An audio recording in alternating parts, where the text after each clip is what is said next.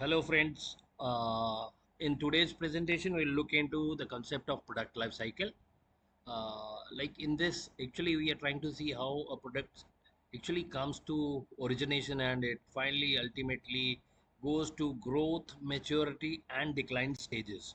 So in this, we'll try to see the various stages one by one, taking some examples so that you understand this concept of product life cycle very well. And we see this subject of marketing has this concept called as product life cycle, which actually helps you to understand how you manage your product well in market and what strategies may be required at different stages of your product life cycle to keep your like you see supremacy or your leadership in terms of your market. Let's start with this. Now you see the product life cycle describes the stages of a product that it has to go through, starting from initial development to eventually decline. Now you see, whosoever has come into origination and they have taken a birth, have to have for sure one day they have to go down, and they have to go down in the form of a death. Okay, from birth to death, the entire cycle is actually categorized into four stages. We'll try to see all these stages one by one in this presentation. But you see, understanding this product life cycle is very important for managers because they need to create strategies according to your position in your market. So let's go in further. Now you see the first stage that we have in product life cycle is called as the introduction stage. Introduction stage is the stage where you are trying to bring in a new product to market. This is a totally fresh product. You don't have any existing replica of this product in market. So when you bring in for the first time, people are new, so they may not be able to understand this product relevance. You need to create awareness, you need to distribute free samples, you need to have pilot testing for your product. Now you see what type of concepts are going to come into introduction stages. Like now it is a very disruptive market where technology every day is bringing in new products. Now you see they are replacing your previous conventional products. Like you see, you go into teaching, you will find nowadays online teaching is available, and you can get your courses from anywhere across the world. You see, you can associate to any of your best university across the world. So you need not to be physically present in those universities, but you can do it on your doorstep. Just open your laptop, log in into your account, start your course, do it at your room, at your convenience, as and when you want, and then close it, and your degree is done. Now you see, this is what is taking over the conventional form of education. This is just one example. Similarly, the other things that are going to come in into introduction stages, like any new technology which is coming in. We see in India, we do have mobile phones, where we do have face recognition technology, we have biometrics technology, like you see your fingerprint is used to unlock your mobile phone, or your face is used for scanning, and you see this scan is actually acting as a password to open a device. Now you see this technology is new. If you go to rural area, maybe you don't find such technology in adoption, but with the passage of time, you see the technology is now more familiar to everyone. In any in later stages, you'll find that you see it can be easily accepted in rural areas too. But in introduction stage, it is only meant for few selected people. But in later stage, with the level of awareness going up and with the level of comfort of using these technologies going up, you see everyone is going to use it. Next is like you see any innovative product can be coming into introduction. Like you see ride sharing apps. This is as per the need of the market. You see, look at market, look what is actually needed by your clients. If you can deliver the same product or service that customer is requiring at a cost effective manner, will be great. Like you see, you earlier you used to go to railway station through auto, and auto was charging you 200, 300, 400 rupee according to the timing on which you are moving to your railway station. Nowadays you see you do have so many ride sharing apps where you need not to wait for long. You can check the rates on real time basis, and depending on the rush and the number of service providers that you have in market, your rates are defined in real time basis. Sometimes you get it cheap, sometimes you get it costlier, so you can plan your visit according to the, like you see, your budget. So this is actually helping you to overcome what it was not viable earlier. Okay, so next is like market exploration. Market exploration means something that is coming up for the first time. Let's say we do have certain products which are there in developed nations. Slowly, steadily, countries like India, China, Russia, they are also growing, emerging as a market leader. So maybe similar sort of you see products which were earlier required in developed nations will be required at these markets too, because the paying capacity is going up, per capita income is going up, so affordability is coming in. So you'll find companies like Tesla will be bringing in all their high-end vehicles to countries, the names which I have quoted now. Why? Because now they all are able to afford this. So market is growing. So maybe for the first time you're bringing in new product. So this all go into introduction stage. The second stage of a product life cycle is called as growth. Growth means, you see, this is the second stage. Hence, introduction is already made. Many people are somewhat knowing about this product. They have been told through advertisement campaigns. Now you see, once it is known, now you, because you know it, so hence usage is going up. Why? Because this is the need of our, this product is actually needed. Social media, you see, campaigns are being run, people are spreading awareness, they are sharing their feedbacks on, like, on the effectiveness of your product. Means, you see, once you have word of mouth in your favor, people will start using it in large numbers. So rapid adoption will come in this stage because your product is actually needed, and there is a like word everywhere that you see someone who is not using it will follow social media, and will be like more likely to adopt your product. So in this, you see, the users are going to increase tremendously. And you see, the only thing is, like, when you have good amount of demand coming in, you have to boost up your supply chain. Okay, so here it has to be some sort of expansion. You see, supplies need to be like multiplied. You need to have more of your delivery points. Companies with whom you are working, you see, you need to have more of collaboration, so that you have a smooth and stable distribution network in place, so that people can actually buy it. You see, people demand, but you don't have it, supply is not available, is not good. So this growth stage is only be happening when you are able to supply what is demanded in your market. So this is going to be having, you see, when you go into this, what is happening is, like, you are entering into fierce competition too, because other people, they are looking at you very closely, and when they find you to be growing very fast, getting good returns on whatever products you are bringing in into market, so you see, you are going to get competition. Close replicas will be brought in. Now you see, here comes the role of branding, and you see, creativity. So if you don't change your product frequently, when I say frequently, means as and when there is a need or gap which is found in your product, you need to spend more on R&D, research and development section, and you need to bring in new innovative features to your product. Else, you see, your competitor may take over. So hence, competition is going to emerge from this situation. Why? Because you're growing, and no one would feel happy when you are growing. So you see, your competitors would like to replicate the same, and when they are going to replicate, maybe they are bringing in the same product, or they are bringing in an improved quality product. You see, you're going to lose your market. Let's go into the next stage. Now it is maturity. Maturity is the stage where, you see, you have come to a point where your demand, whatever is coming in from market, is now slowing down. Why? Because you are going to get alternatives. You have some substitutes. So people would like to have, like, you see, when they're using your product for some time, they now, maybe the monotonous environment, they would like to have a change. Even though your product is very good, but still they would like to bring in a change. So your competitors, your substitutes may get option. Like, you see, they may be switching to your competitor. Why? Because they may be bringing in some additional features. Hence, it is very important you keep on investing heavily in R&D, so as to grab your market share for long. So if you feel nothing is going to possible at this stage, and it is a maturity is going to be followed up by a decline. Now you see, what is indicating, what are the traits of maturity? Your brand is established. Now you see, Coke, Pepsi, they all are established players, but because you have awareness everywhere now, like all these soft drinks, they're not supporting your health. So because of this awareness, growing awareness of high sugar content, or some of the, like, you see, components which are not health supportive, so you see, people are supposed to shift from this product to some other product which is more in terms of health supportive nature. Okay, so market is already saturated, you go everywhere, you find your product available, and you see, people are looking for something new. So because you see, when you bring in a new product, so you'll for sure what you are going to get is like competition is going to come in.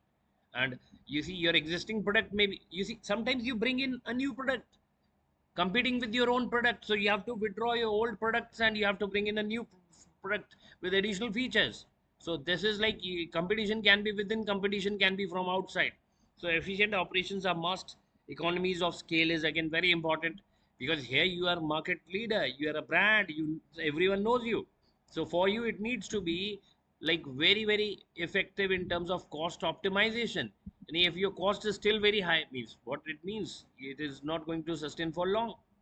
So as a product reaches maturity stage, you see they are well established in market and very easily identifiable. Now you see here comes the second stage where you see saturation and competition will make it like you lose your market share. Companies will shift focus to cutting down the cost, and you see this sometimes may take some of your clients to your competitor. Okay, so you have to sustain your profits. So let's go into the decline stage. Now decline stage means what? Obsolescence. Technology became outdated or replaced by a newer innovation. Imagine when we started with mobile phones, Motorola was very active, Nokia was very active, but where do you see them today? They were the initial pioneers. They brought in a technology. But with the passage of time, you see things have changed a lot.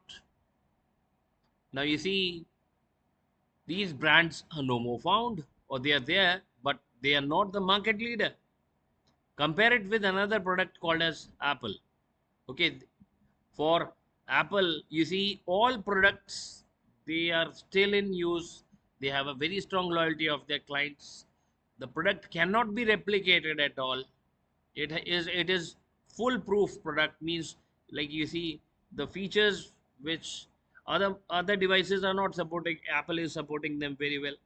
You see, is this is what is like you for case of Apple, it is not decline, it is maturity.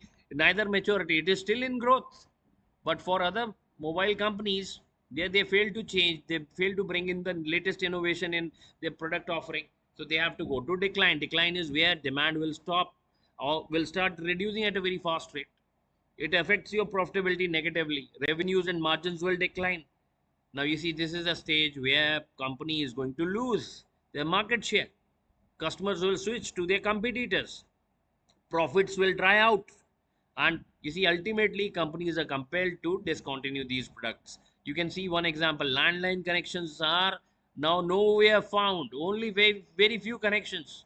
Earlier when we started with communication, especially in India, we started with, you see, landline connections, BSNL, MTNL. Now you see where do they stand today? Market is actually dominated by other players. So you see landline connections, the numbers have gone down drastically. This is not only in the case of USA but all across the world. So because new model has emerged, and mobile is like, you see, you can carry them anywhere, it is very easily portable, movement is convenient. But whereas for landline connection it has to be one location stationary, and rental has to come even if you don't get any calls. So things have changed a lot, business models have changed a lot. So these products are no more supportive in nature, hence they have to go out. Now understand what factors are influencing your product life cycle. Now, you see there are so many factors need to understand. Market demand. Market is a place where you get buyers and sellers. They are coming up together. So demand will bring in a, you see, an impact on your product life cycle. If it is not there, you see your product life cycle, the time length will go down. But if it is like demand is still there, you see it may be extended, like in case of Apple. Competition, technological advancement, consumer trends, they all are important. So they all influence your product life cycle. Let's go into strategies which managers might be required to use according to the stage in which they are. Okay, so it is actually a brainstorming exercise, and it actually involves situations, case studies. Now here innovation and differentiation is the first thing that you need to go for. Like you see, what is stage 1 and stage 2? Stage 1 is introduction, stage 2 is growth. So when you are coming to your market for the first time, you need to be innovative, you need to be different from existing players. When you are able to establish this, you see your product is all acceptable in round 1 and 2, which is introduction and growth. Growth is like only possible when your product is really needed. It has some USP which customer is actually requiring, and other products in available in market, they are not able to fulfill it. Now you see, once it is introduced, then you see the next thing is like, you see, in these stages only you need to invest heavily into marketing, awareness campaigns. Like marketing is like actually the backbone. So if you don't promote your product, if you don't create awareness, you see, from where are you expecting your demand? So you need to identify the target audience who fits in into your product, and you see, you can be able to sell your product repetitively to them. So you not only would like to have them, but also you'd like to have their repeated usage. Hence you see, it's important to identify segmentation, targeting, positioning. So these are the different concepts of marketing which may be used. So agile approach, you see, when you are new into market, you need to be very dynamic, very quick to respond. Customer feedbacks are very important, and change is very easy. So you bring in change instantly. This is all done through pilot testing. You bring in a product, you test it, and if you find responses to be good, you bring in your, you start your commercialization of your idea. But if you find, you see, there are some errors that you would like to correct, you kindly do the corrections and then come back again with a much better option. Now stage 3 and stage 4. Stage 3 is maturity, stage 4 is decline. Now you see, stage 3 and stage 4, they can be easily managed through these things.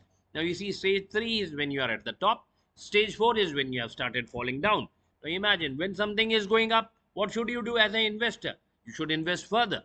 But when some product starts falling down, what should be your strategy? You should try to take an exit. Exit means divestment. So you can either put in extra investments so as to upgrade your product, or you can leave the market for someone new who has a better technology, who has a better product, better feature. So you see, because ultimately sales are going to dry out for sure, because you're not able to bring in a change. Hence, before you met your doomsday, it's better to take an exit. So it's all possible. Defending your market share is holding back. Managing decline gracefully is accepting the decline and start cutting down your costs and be ready for an exit. Last is, you see, innovate and diversify. So innovate means bring in new products. When it is going down, bring in new products, new creativity, new ideas, or add it to your existing products, and diversify. So this is what is your strategy for stage 3 and 4. Here, couple of examples are given. For one is like, they have given an example of iPhone story, which tells you like how market leaders initially were not able to bring in a change, and iPhone is now, you see, they are market leader. They have a different branding altogether. Apple iPhone is a very good example of product life cycle, which is holding its position since long. And you see, I don't see any close substitute for next couple of decades. Let's go to the next example. Next example was for Blockbuster Videos, which was again an initiator but was not able to manage this disruptive innovation which has been brought by Netflix and other online streaming channels.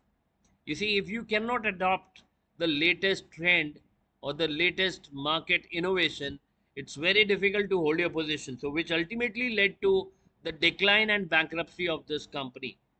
Now, you see, once you go bankrupt, game is over. So, here it is survival of the fittest, and you have to survive whatever it may take. Okay, so once you go down, it's better to take an exit. Next is, you see, if we conclude the entire presentation here, we'll understand managing a product success is only possible when you understand this concept of product life cycle. So as to position yourself in the right stage and accordingly create strategies and taking care of your product revenue generation. Okay, so you see here, it needs to be actually a long time success plan where businesses should continuously monitor their product portfolios to see which product is relevant in current context and which product is not, so as to bring in replacement for the same. Companies who are making informed decisions, they are able to manage their product well using this product life cycle concept. And you see, portfolio optimization is must, and it is only possible when you know what is your delivery, what type of products are you dealing in, and you see their life stages, so that you know where to invest and where to divest. With this, good day, take care.